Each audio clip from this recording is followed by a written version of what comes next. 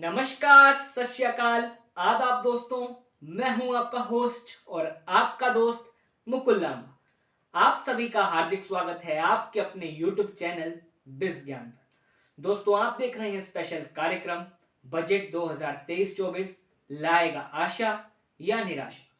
दोस्तों, अब सबकी नजरें टिकी हैं श्रीमती निर्मला सीतारमण जी पर और 1 फरवरी 2023 पर। 1 फरवरी 2023 को वित्त वर्ष 23-24 के लिए बजट पेश किया जाएगा, जो कि मोदी सरकार 2.0 का लास्ट फुल बजट रहेगा। इस बजट पर सबकी नजरें रहेंगी, चाहे वो आम आदमी हो, शेयर बाजार का निवेशक हो, या बिजनेसमैन हो, या फिर एमएसएमई हो, या फिर स्टार्टअप हो।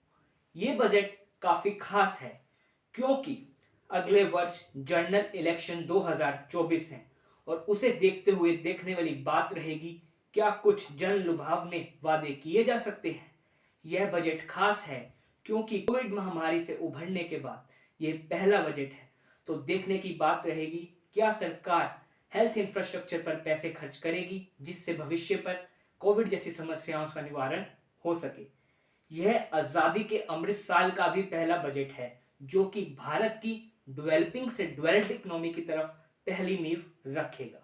तो क्या चाहता है आम आदमी इस बजट 2023-24 से, जानेंगे आज के एक्सपर्ट सीए मनोज लामा जी के साथ। तो आमंत्रित करते हैं सीए मनोज लामा जी को आज के अपने स्पेशल शो पर।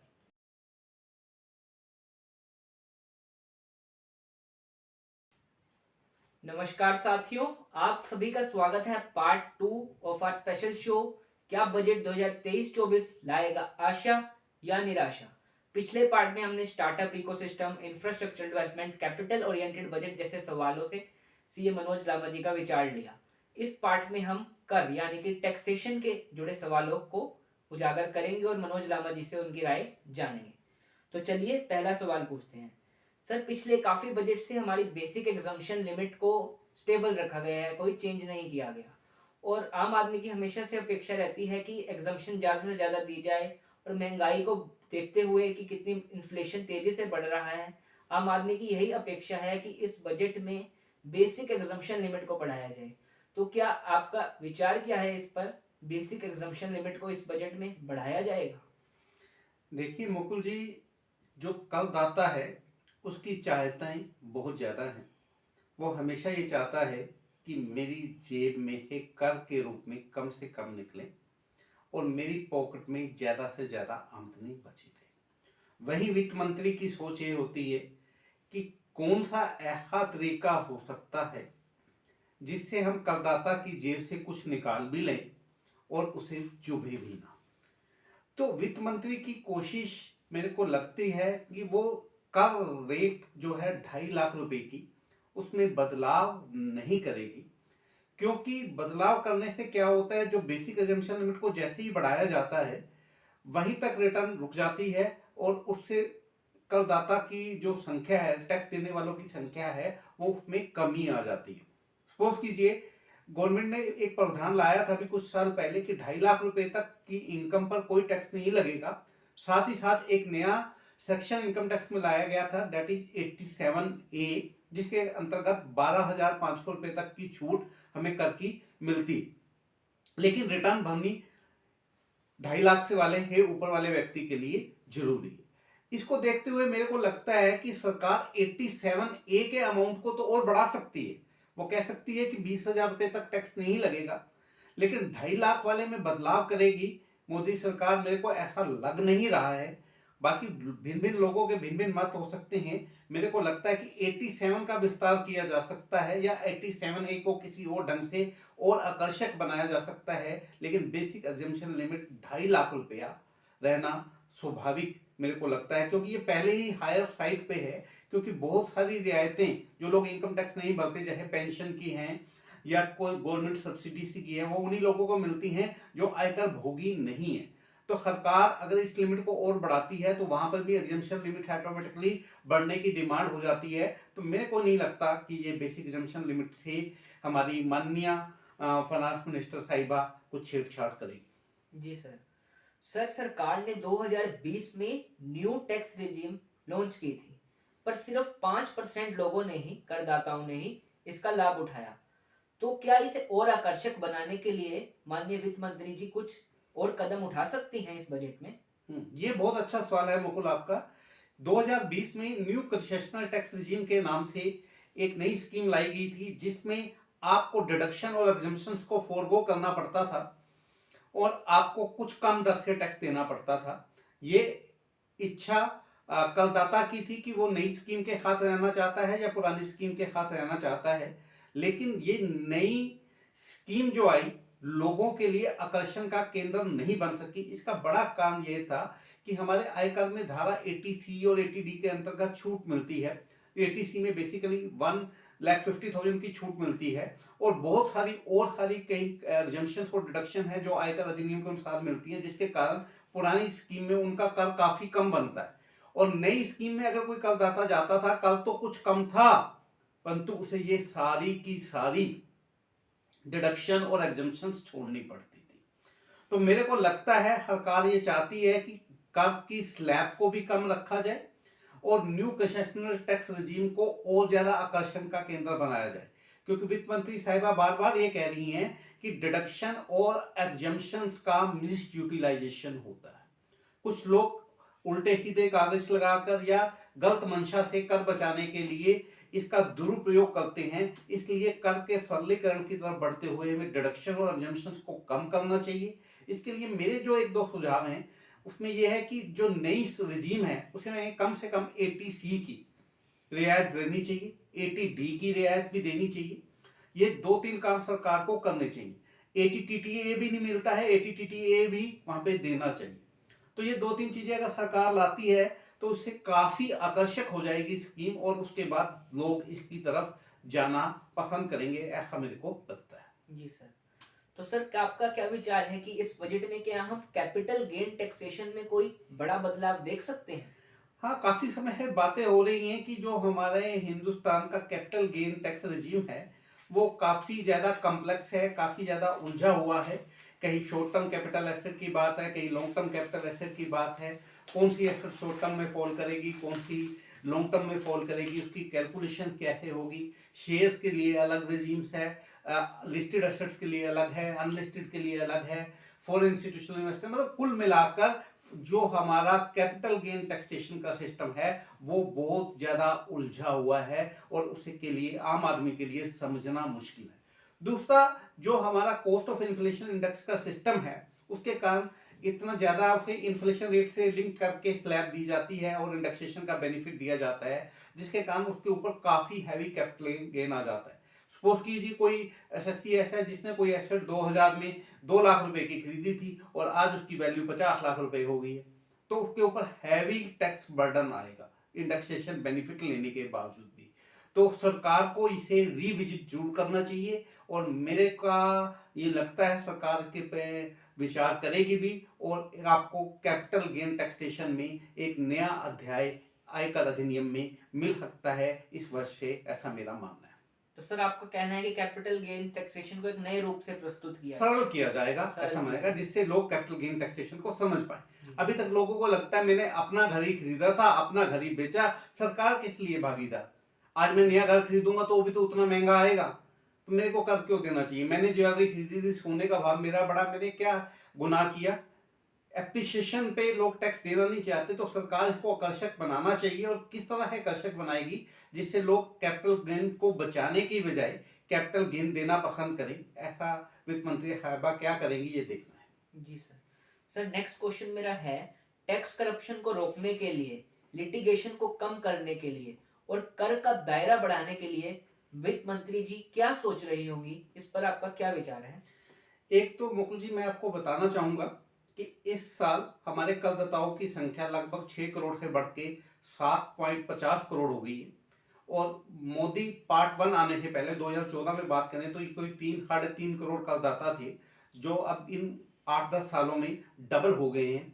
लोगों ने टैक्स देना भी शुरू कर दिया है और इसका जीता जागता प्रमाण है कि इस बार हमने अपने डायरेक्ट टैक्स कलेक्शन के टारगेट को अचीव कर लिया है और सरकार ऐसी उम्मीद लगा रही है कि जो टैक्स कलेक्शन है टैक्स कलेक्शन है वो इस साल बजट एस्टिमेट से ऊपर जाएंगे। इसमें कोई डेफिसिट आने वाला नहीं है। जो सरकार ने सोचा था उससे कहीं ज्यादा सरकार करों से कलेक्ट करने वाली है।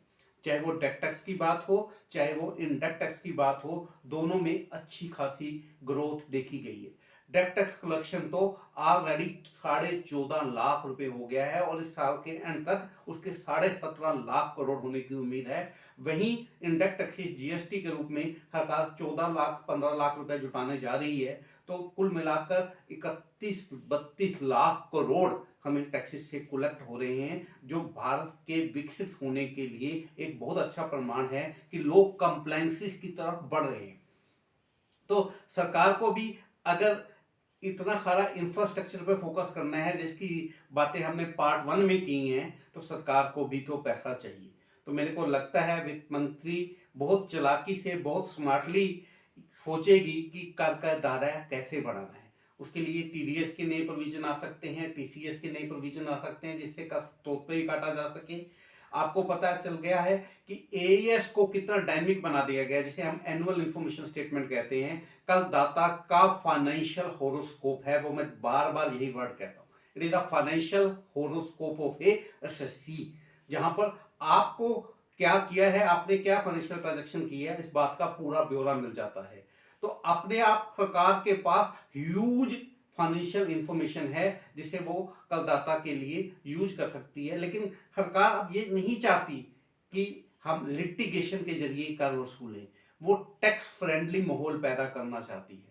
तो मोदी सरकार ने जो फेसलेस असेसमेंट की शुरुआत इनकम टैक्स में दी थी, उसके बहुत अच्छे परिणाम आने शुरू हो गए हैं। टैक्स टेररिज्म काफी कम होना शुरू हो गया है। अभी भी बहुत सारी परेशानियां हैं, मैं मानता हूं 148 को लेके और दूसरे तीसरे सेक्शंस को लेकर, लेकिन धीरे धीरे सुधार हो रहा है और सुधारों की ये जंग जारी रहेगी। सरकार इसके लिए कमिटेड है, प्रतिबद्ध है, और सरकार अगर इसी प्रतिबद्धता के साथ कर सुधार करती रहेगी तो लिटिगेशन ऑटोमेटिकली कम हो जाएगा।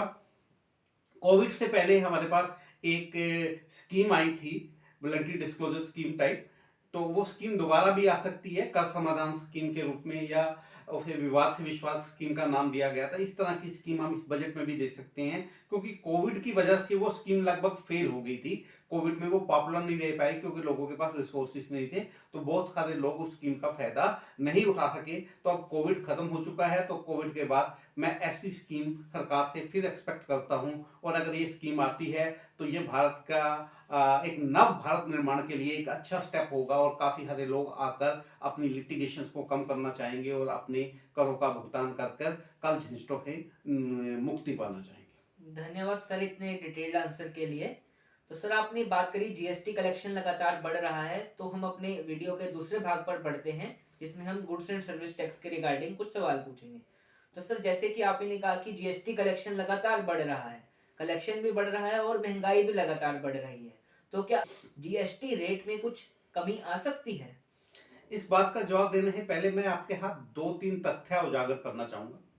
जब 1 जुलाई 2017 को जीएसटी की शुरुआत की, तो मात्र 70 लाख के आसपास रजिस्टर्ड डीलर थे हमारे, जिनकी संख्या बढ़कर अब 1,40,40,00,000 हो गई, लगभग डबल हो गए। जीएसटी का जो रेवेन्यू कलेक्शन था उस समय 85 से 90 करोड़ के बीच पर मंथ आ रहा था, जो अब बढ़कर आपका 1.5 लाख करोड़ पर मंथ हो गया है। तो एटमोस्ट 75 से 80% की इंक्रीज हमने यहां पर भी देखी है। थर्ड चीज, जब जीएसटी की शुरुआत की गई थी तो हाईएस्ट टैक्स ब्रैकेट 28% की थी। उस हाईएस्ट टैक्स ब्रैकेट में 300 से ज्यादा आइटम थी उस समय। अब उसको डे बाय डे घटाकर सरकार ने बहुत सारी आइटमों को 18% या 12% में शिफ्ट कर दिया है। मात्र 25 से 30 आइटमें आई थिंक मेरे को लगता है कि इस लिस्ट में बची हैं जिन पर केवल 28% टैक्स लगना है। तो सरकार डे बाय डे सुधारों की ओर बढ़ रही है। जीएसटी में काफी सरलीकरण किया गया है, लेकिन काफी सरलीकरण की और यहाँ पर गुजारिश है। तो मेरे को लगता है सरकार इसको भी और कम करेगी, जिससे कि लोग सेल्फ कंप्लायंसेस की तरफ बढ़ सके। इसकी तरफ भी सरकार सोचेगी कि जीएसटी में लोग अभी भी डर रहे हैं, क्योंकि इनकम टैक्स में तो फेसलेस असेसमेंट की स्कीम आ चुकी है, जीएसटी में अभी तक कोई फेसलेस असेसमेंट के नहीं है। टैक्स टेररिज्म अभी भी देश में जारी है। लोग टैक्स डिपार्टमेंट से डर रहे हैं। जो विश्वास इनकम टैक्स ने अभी जीत लिया है वो भी जीएसटी जीतने में असमर्थ रहा है। चाहे वो कुछ कमियां लोगों की हैं, कुछ टैक्स डिपार्टमेंट की हैं, कुछ सरकार का जीएसटी का सरलीकरण ना करना है। तो इन खारे सवालों के चलते फाइनेंस मिनिस्टर क्या करती हैं ये भी पता चलेगा, लेकिन हम एक्सपेक्ट कर सकते हैं कि जीएसटी में भी सरलीकरण आएगा। लेकिन विशेष रूप से मैं 3-4 सुझाव जीएसटी के सरलीकरण के लिए देना चाहता हूं। उसमें एक ये है कि भारी मात्रा में जीएसटी के नोटिस आ रहे हैं। जीएसटी के नोटिस आने की संख्या बहुत ज़्यादा बढ़ गई है। उससे ये नहीं लगता कि हम टैक्स पेयर चार्टर जो सरकार लेके आई थी इनकम टैक्स में, वैसा टैक्स पेयर चार्टर वहाँ पे भी जीएसटी में भी आना चाहिए, जहाँ पर हम ईमानदार करदाता का सम्मान करें, उसे ओनर करें, उसे रिकॉग्नाइज करें। ऐसा सिस्टम सरकार जीएसटी में भी लेके आए, ऐसी मैं सरकार से अपेक्षा करता हूँ। दूसरा, जीएसटी का जो थीम था, जो बैकबोन थी, वो था seamless credit of ITC, seamless flow of ITC. लेकिन उस पर कई तरह की रिस्ट्रिक्शंस, कहीं सेक्शन 16(4) के रूप में, कहीं 17(5) के रूप में, कहीं नए नए रूल लाकर, कहीं आईटीसी को ब्लॉक कर कर उसने जीएसटी के बेसिक सपने को बेकार कर दिया, मैं ये कहना चाहूँगा। तो सरकार से मैं ये उम्मीद करता हूँ कि इस तरह की रिस्ट्रिक्शंस हटाई जाएं। आईटीसी जब मैंने एक बार पे कर दिया तो मेरा अधिकार है उसे वापस प्राप्त करना, अगर मैं उस गुड्स और सर्विस की सप्लाई फर्दर करता हूं। तो मेरे उस अधिकार को, मेरे उस हक को सरकार को छीनना नहीं चाहिए, रोक नहीं लगानी चाहिए। सीमलेस फ्लो ऑफ आईटीसी होना चाहिए। जिस बैकबोन के साथ जीएसटी आया था वो बैकबोन नई रीढ़ की हड्डी से दोबारा प्रदान की जानी चाहिए। चौथी चीज मैं ये फिर दोबारा ये कहूंगा कि जो मानवीय प्रभाव है, कार्रवाई में जो मानवीय प्रभाव है वो कम से कम होना चाहिए। इशारा मेरा क्लियर है कि हमें जीएसटी में भी फेसलेस असेसमेंट्स की तरफ बढ़ना चाहिए, ऑटोमेटाइजेशन की तरफ बढ़ना चाहिए, एआई का प्रयोग होना चाहिए। जितने ज्यादा एआई और सिस्टम्स का हम प्रयोग टैक्स सरलीकरण के लिए करेंगे उतना ज्यादा हमारा टैक्स पेयर टैक्स कंप्लेंट होगा। यही मेरी जीएसटी को लेके उम्मीदें हैं। जी सर, मेरा अगला सवाल भी यही था कि जीएसटी को अब तक एक कम्प्लेक्स टैक्सेशन के रूप में देखा जा रहा है, तो उसको सरल बनाने के लिए क्या किया जाए, जो आपने पहले ही अच्छी तरह से पूरे डिटेल में आंसर कर दिया। तो यही आज के हमारे सवाल थे कर से जुड़े, जिस पर हमने एक्सपर्ट सीए मनोज लांबा जी की राय ली। धन्यवाद सर हमारे ऑडियंस को मार्गदर्शक करने के लिए। Welcome sir, welcome. धन्यवाद सर। तो दोस्तों, उम्मीद करता हूं कि आपको ये शो पसंद आया होगा। इस बजट से आशा आएगी या निराशा वो तो देखना है 1 फरवरी को 11 बजे। तो दोस्तों, तब तक के लिए विज ज्ञान ऐप पर बने रहिएगा और हमारे साथ 2 फरवरी शाम 6 बजे भी जरूर जुड़िएगा, जिसमें हम डिकोडिंग यूनियन बजट 2023 का एक सेशन लाएंगे, जिसमें बारीकी से डिस्कस किया जाएगा कि इस बजट का एनालिसिस क्या रहेगा। उस वीडियो का लिंक भी डिस्क्रिप्शन में है, उसमें भी आप जरूर भाग लीजिएगा। तब तक के लिए जय हिंद, वंदे मातरम, बाय बाय।